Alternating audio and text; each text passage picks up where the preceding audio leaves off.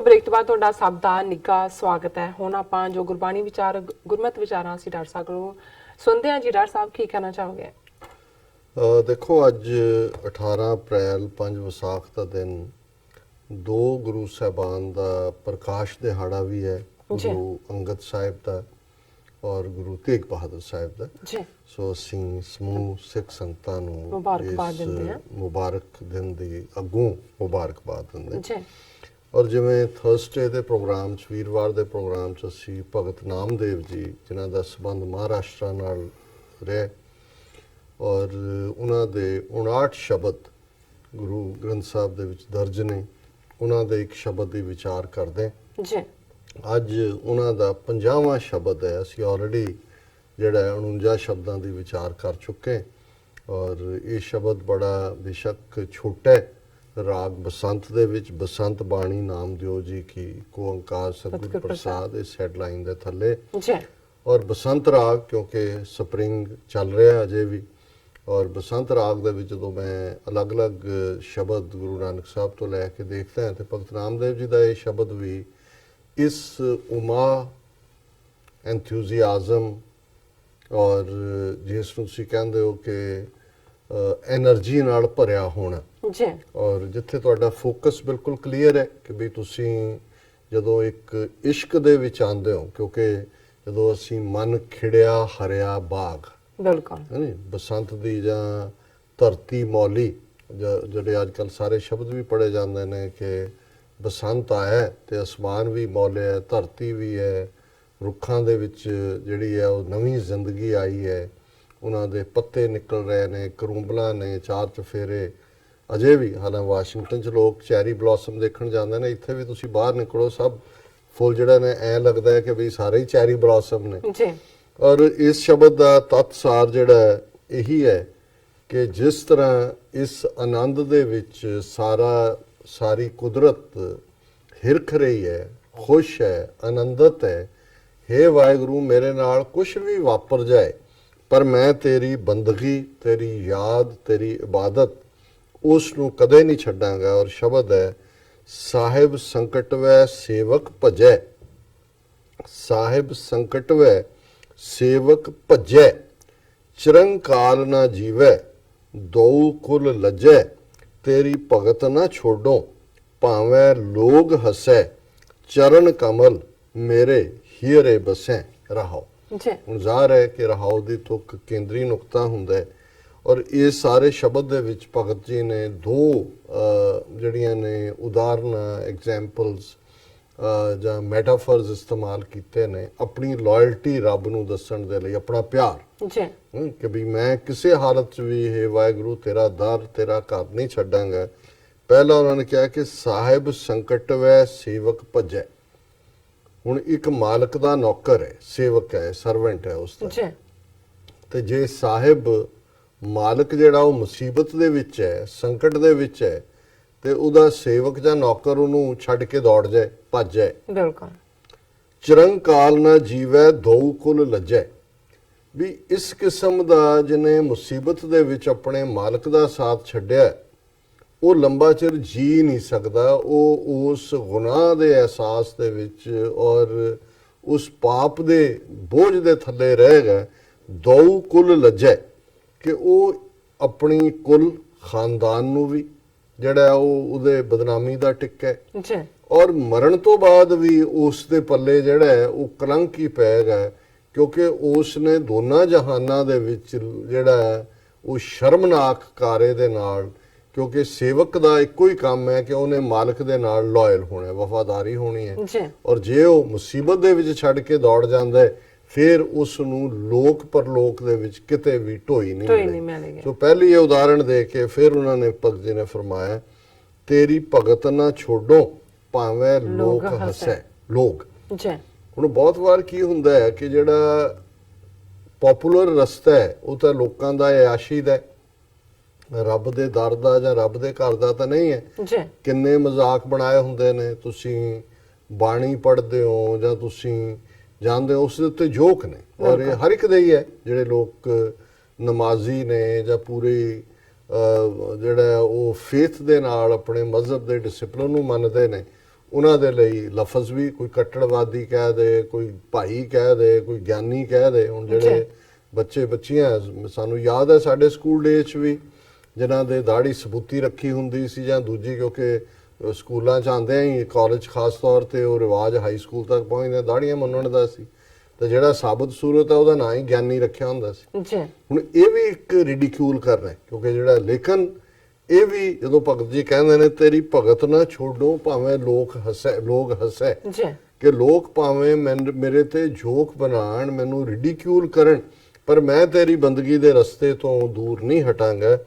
ਚਰਨ ਕਮਲ ਮੇਰੇ ਹੀਰੇ ਬਸੈ, ਕਿ ਤੇਰੇ ਕਮਲ ਵਰਗੇ ਫੁੱਲ, ਕਮਲ ਲੋਟਸ ਫਲਾਵਰ ਨੂੰ ਕਹਿੰਦੇ ਨੇ, ਜਦੋਂ ਤੁਸੀਂ ਕਦੇ ਲੋਟਸ ਭਾਵੇਂ ਚਿੱਕੜ 'ਚ ਹੁੰਦਾ ਹੈ ਬਹੁਤ ਖੂਬਸੂਰਤ ਵੀ ਹੁੰਦਾ ਹੈ, ਔਰ ਉਸ ਦੀਆਂ ਜਿਹੜੀਆਂ ਪੈਟਲਸ ਨੇ ਬਹੁਤ ਨਰਮ ਹੁੰਦੀਆਂ।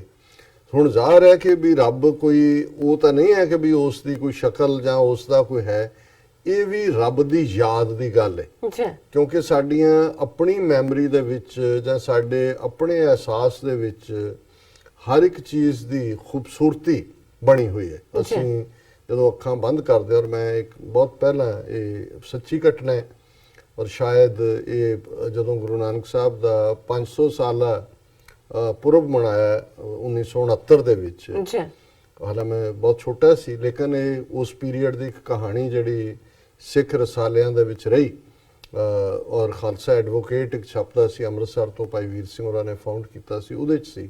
ਔਰ ਉਦੋਂ ਜਿਹੜਾ ਸਿੱਖ ਡਾਕਟਰਾਂ ਦਾ ਇੱਕ ਪੈਨਲ ਨੇ ਇਹ ਕੀਤਾ ਹੈ ਕਿ ਜੀ ਅਸੀਂ 500 ਸਾਲਾਂ ਦੇ ਮੌਕੇ 500 ਅੰਨੇ ਬੰਦਿਆਂ ਨੂੰ ਅੱਖਾਂ ਦੀ ਰੋਸ਼ਨੀ ਦੇਣੀ ਹੈ। ਹੁਣ ਕੁਝ ਤਾਂ ਜਦੋਂ ਬਲਾਈਂਡਨੈਸ ਦੇ ਵੀ ਕਾਜ਼ ਹੁੰਦੇ ਨੇ, ਕੁਝ ਤਾਂ ਬੇਸਿਕ ਡਿਫੈਕਟ ਹੁੰਦਾ ਹੈ ਜਿਹਦੇ 'ਚ ਉਹ ਰਹਿੰਦਾ ਹੀ ਹੈ, ਪਰ ਬਹੁਤ ਸਾਰੇ ਮਾਮਲਿਆਂ 'ਚ ਇਸ ਕਿਸਮ ਦਾ ਵੀ ਸੀ ਕਿ ਵੀ ਜਿਹੜੇ ਬੌਰਨ ਵੀ ਲੱਗਦਾ ਹੈ ਵੀ ਬਲਾਈਂਡ ਨੇ, ਉਹਨਾਂ ਦਾ ਉਹ ਜੇ ਆਈ ਟ੍ਰਾਂਸਪਲਾਂਟ ਹੋ ਜਾਏ ਔਰ ਉਹਨਾਂ ਦੀ ਪਿੱਛੋਂ ਜਿਹੜੀ ਆਪਟਿਕ ਨਰਵ ਹੁੰਦੀ ਹੈ ਉਹ ਠੀਕ ਹੈ, ਐਕਟਿਵ ਹੈ, ਤੇ ਉਹਨਾਂ ਨੂੰ ਵਾਪਸ ਮਿਲ ਜਾਂਦੀ ਸੀ। ਔਰ ਉਹਨਾਂ ਨੇ, ਔਰ ਹਾਲਾਂਕਿ ਜੇ 500 ਨੂੰ ਦੇਣੀ ਹੈ ਤੇ ਹਜ਼ਾਰਾਂ ਨੂੰ ਟੈਸਟ ਕੀਤਾ ਉਹਨਾਂ ਨੇ, ਉਹਨਾਂ ਜੋ ਕੀਤਾ, ਔਰ ਬਹੁਤ ਸਾਰਿਆਂ ਨੂੰ ਉਹ ਮਿਲੀ ਰੋਸ਼ਨੀ। ਔਰ ਇੱਕ ਜਿਹਨੂੰ ਰੋਸ਼ਨੀ ਮਿਲੀ, ਉਸ ਤੋਂ ਬਾਅਦ ਉਹਨੂੰ ਜਦੋਂ ਪਹਿਲਾ ਇੰਟਰਵਿਊ ਕੀਤਾ ਕੁਝ ਮਹੀਨਿਆਂ ਬਾਅਦ ਕਿ ਵੀ ਤੂੰ ਸਾਰੀ ਉਮਰ ਅੰਨਾ ਰਿਹਾ, ਹੁਣ ਤੂੰ ਕਿਵੇਂ ਦੇਖਦਾ, ਤਾਂ ਉਹ ਰੋਣ ਲੱਗ ਪਿਆ। ਔਰ ਉਹਨੂੰ ਪੁੱਛਿਆ ਕਿਉਂ, ਕਹਿੰਦਾ ਵੀ ਨਹੀਂ, ਜਿੰਨਾ ਮੈਂ ਇਮੇਜਿਨ ਕੀਤਾ ਸੀ ਕਿ ਦੁਨੀਆ ਸੋਹਣੀ ਹੈ ਉਨੀ ਤਾਂ ਨਹੀਂ ਹੈ ਦੁਨੀਆ ਬਹੁਤ। ਹੁਣ ਜ਼ਾਹਰ ਹੈ ਕਿ ਜਿਸ ਚੀਜ਼ ਨੂੰ ਤੁਸੀਂ ਦੇਖਿਆ ਨਹੀਂ ਹੁੰਦਾ, ਇੱਕ ਤਾਂ ਹੁੰਦਾ ਹੈ ਵੀ ਜਿਹਦੇ ਆਈਸਾਈਟ ਸੀ ਔਰ ਬਾਅਦ ਚੋਂ ਕਿਸੇ ਰੀਜ਼ਨ ਕਰਕੇ ਐਕਸੀਡੈਂਟ ਹੋਇਆ ਜਾਂ ਕੁਝ ਹੋਇਆ, ਅੰਨਾ ਹੋ ਗਿਆ ਜਾਂ ਕੋਈ ਹੋਰ ਡਿਫੈਕਟ ਹੋ ਗਿਆ। ਹੁਣ ਇੱਕ ਨੇ ਜਿਹਨੇ ਦੇਖੀ ਨਹੀਂ ਹੈ, ਪਰ ਅਲਟੀਮੇਟਲੀ ਦੁਨੀਆ ਕੀ ਹੈ ਉਹ ਤਾਂ ਤੁਹਾਡੀ ਇਮੇਜਿਨੇਸ਼ਨ 'ਚ ਹੁੰਦੀ ਹੈ ਨਾ। ਪਹਿਲਾਂ ਤੁਸੀਂ ਇਮੇਜਿਨ ਕਰਦੇ ਹੋ ਕਿਸੇ ਥਾਂ ਤੇ ਜਾਣ ਤੋਂ ਪਹਿਲਾਂ, ਤੁਸੀਂ ਦੇਖਦੇ ਹੋ। ਕਈ ਵਾਰ ਇਹ ਹੁੰਦਾ ਹੈ ਕਿ ਕਈ ਲੋਕ ਜਿਹਨੂੰ ਬਹੁਤ ਵੱਡਾ ਸਮਝਦੇ ਨੇ ਉਹਨੂੰ ਮਿਲਣਾ ਚਾਹੁੰਦੇ ਨੇ। ਮੈਨੂੰ ਯਾਦ ਹੈ ਇੱਕ, ਮੈਂ ਉਹਨਾਂ ਦਾ ਨਾਂ ਤਾਂ ਨਹੀਂ ਲਵਾਂਗਾ, ਪਟਿਆਲੇ ਤੋਂ ਡਾਕਟਰ, ਉਹਨਾਂ ਨੇ ਕਿਤਾਬ ਲਿਖੀ ਐਥਿਕਸ ਆਫ ਸਿੱਖਿਜ਼ਮ, ਬੜੀ ਖੂਬਸੂਰਤ ਕਿਤਾਬ ਸੀ। ਔਰ ਟ੍ਰੇਸੀ 'ਚ ਡਾਕਟਰ ਗੁਰਿੰਦਰ ਗਰੇਵਾਲ ਨੇ, ਕਾਰਡੀਓਲੋਜਿਸਟ, ਇਹ 1988-99 ਦੀ ਗੱਲ ਹੈ, ਤੇ ਕੋਈ ਜ਼ਿਕਰ ਚੱਲ ਰਿਹਾ ਸੀ ਤੇ ਉਹਨਾਂ ਨੇ ਕਿਹਾ ਕਿ ਜੀ ਮੈਂ ਮਤਲਬ, ਉਹ ਮੈਨੂੰ ਪੁੱਛਦੇ ਵੀ ਤੁਸੀਂ ਕਿਤਾਬ ਪੜ੍ਹੀ ਹੈ? ਮੈਂ ਕਿਹਾ ਜੀ ਹਾਂ ਮੈਂ ਪੜ੍ਹੀ। ਕਹਿਣ ਲੱਗੇ ਮੈਂ ਜਦੋਂ ਪੜ੍ਹੀ ਤੇ ਮੈਂ ਕਿਹਾ ਵੀ ਇਹ ਬੰਦਾ ਕਿਸ ਕਿਸਮ ਦਾ ਹੋਏਗਾ, ਕਿੰਨਾ ਮੈਨੂੰ ਫਖਰ। ਔਰ ਉਹਨੇ ਕਹਿੰਦੇ ਕੁਦਰਤੀ ਕੁਛ ਦੇਰ ਬਾਅਦ ਉਹ ਆਇਆ ਉੱਥੇ ਸਟਾਕਟਨ, ਔਰ ਮੈਨੂੰ ਪਤਾ ਲੱਗਾ ਵੀ ਡਾਕਟਰ ਅਵਤਾਰ ਸਿੰਘ ਜਿਹਨੇ ਐਥਿਕਸ ਆਫ ਸਿੱਖਿਜ਼ਮ ਲਿਖੀ ਹੈ ਉਹ ਆਏ ਹੋਏ ਨੇ। ਔਰ ਉਹਨਾਂ ਨੇ ਕਿਹਾ ਕਿ ਜੀ ਮੈਂ ਜਿਹੜਾ ਹੈ ਉਹਨਾਂ ਨੂੰ ਬੜੇ ਚਾਅ ਨਾਲ ਸੱਦਿਆ, ਆਪਣੇ ਮਿਲਿਆ, ਤੇ ਕਹਿੰਦੇ ਵੀ ਉਹਨਾਂ ਨੂੰ ਮਿਲਣ ਤੋਂ ਬਾਅਦ ਜਿਹੜਾ ਕਿਤਾਬ ਦਾ ਅਸਰ ਵੀ ਜਾਂਦਾ ਲੱਗਾ, ਜਿਹੜੇ ਮਾੜੇ ਮੋਟੇ ਐਥਿਕਸ ਮੈਂ ਕਿਤਾਬ ਪੜ੍ਹ ਕੇ ਸਿੱਖੇ ਸੀ ਉਹਨਾਂ ਦਾ ਵੀ ਮੇਰਾ ਫੇਥ ਜਾਂਦਾ ਲੱਗਾ। ਸੋ ਜ਼ਾਹਰ ਹੁੰਦਾ ਹੈ ਕਿ ਹੁਣ ਤੁਸੀਂ ਜਿਹਨੂੰ ਮਿਲੇ ਨਹੀਂ ਹੁੰਦੇ, ਤੁਸੀਂ ਇੱਕ ਇਮੇਜਿਨ ਕੀਤਾ ਹੁੰਦਾ ਉਹਨੂੰ, ਤੁਸੀਂ ਉਹਦੀਆਂ ਲਿਖਤਾਂ ਰਾਹੀਂ ਜਾਂ ਉਹਨੂੰ ਵੱਡੀਆਂ ਵੱਡੀਆਂ, ਔਰ ਇਹ ਬਹੁਤ ਵਾਰ ਹੋਇਆ, ਮੈਂ ਵੀ ਮਹਿਸੂਸ ਕਰਦਾ। ਇਸ ਲਈ ਬਹੁਤ ਵਾਰ ਮੈਂ ਸਮਝਦਾ ਹਾਂ ਵੀ ਈਵਨ ਅਸੀਂ ਗੁਰਦੁਆਰਿਆਂ 'ਚ ਵੀ ਦੇਖਦੇ ਹਾਂ, ਜਦੋਂ ਤੁਸੀਂ ਕਿਸੇ ਦੇ ਕੀਰਤਨ ਤੋਂ ਬਹੁਤ ਪ੍ਰਭਾਵਿਤ ਹੁੰਦੇ ਹੋ, ਕਿਸੇ ਦੀ ਕਥਾ ਤੋਂ ਬਹੁਤ ਹੁੰਦੇ ਹੋ, ਜਦੋਂ ਤੁਸੀਂ ਉਹਨਾਂ ਨਾਲ ਆਮ ਮੇਲ ਮਿਲਾਪ ਕਰਦੇ ਹੋ ਤਾਂ ਲੱਗਦਾ ਹੈ ਤਾਂ ਆਮ ਲੋਕਾਂ ਨਾਲੋਂ ਵੀ ਕਈ ਮਾਮਲੇ 'ਚ ਕਮਜ਼ੋਰ ਨੇ। ਸੋ ਮੇਰਾ ਹਮੇਸ਼ਾ ਹੁੰਦਾ ਵੀ ਸਾਂਝ ਜਿਹੜੀ ਹੈ ਉਹ ਕੀਰਤਨ ਕਥਾ ਦੀ ਗੁਰੂ ਦੇ ਦੀਵਾਨ 'ਚ ਰਹੇ, ਉਹਨਾਂ ਦਾ ਯਥਾ ਯੋਗ ਮਾਣ ਵੀ ਕਰੋ, ਸਤਿਕਾਰ ਵੀ ਕਰੋ, ਡਾਲਰ ਵੀ ਰੱਖੋ ਉਹਨਾਂ ਦੇ, ਜ਼ਿਆਦਾ ਰੱਖੋ, ਵੈਸੇ ਹੁਣ ਤਾਂ ਜ਼ਿਆਦਾ ਰੱਖਣੇ ਚਾਹੀਦੇ ਨੇ, ਤਾਂ ਕਿ ਚਲੋ ਗੁਰੂ ਦੀ ਗੱਲ ਸੁਣਾ ਰਹੇ ਨੇ। ਸੋ ਇਹ ਜਦੋਂ ਅਸੀਂ ਇਹ ਦੇਖਦੇ ਹਾਂ ਕਿ ਵੀ ਇਹ ਜਿਹੜੀ ਖੂਬਸੂਰਤੀ ਹੈ, ਜਦੋਂ ਅਸੀਂ ਰੱਬ ਨੂੰ ਕਮਲ ਦੇ ਫੁੱਲ ਵਾਂਗ ਔਰ ਹਰ ਚੀਜ਼ ਦੇ ਲਈ ਕਰਦੇ, ਸਾਡੇ ਅੰਦਰ ਉਹਦੀ ਯਾਦ ਦੇ ਨਾਲ ਜੁੜੀ ਹੋਈ ਹੈ ਗੱਲ ਹੈ।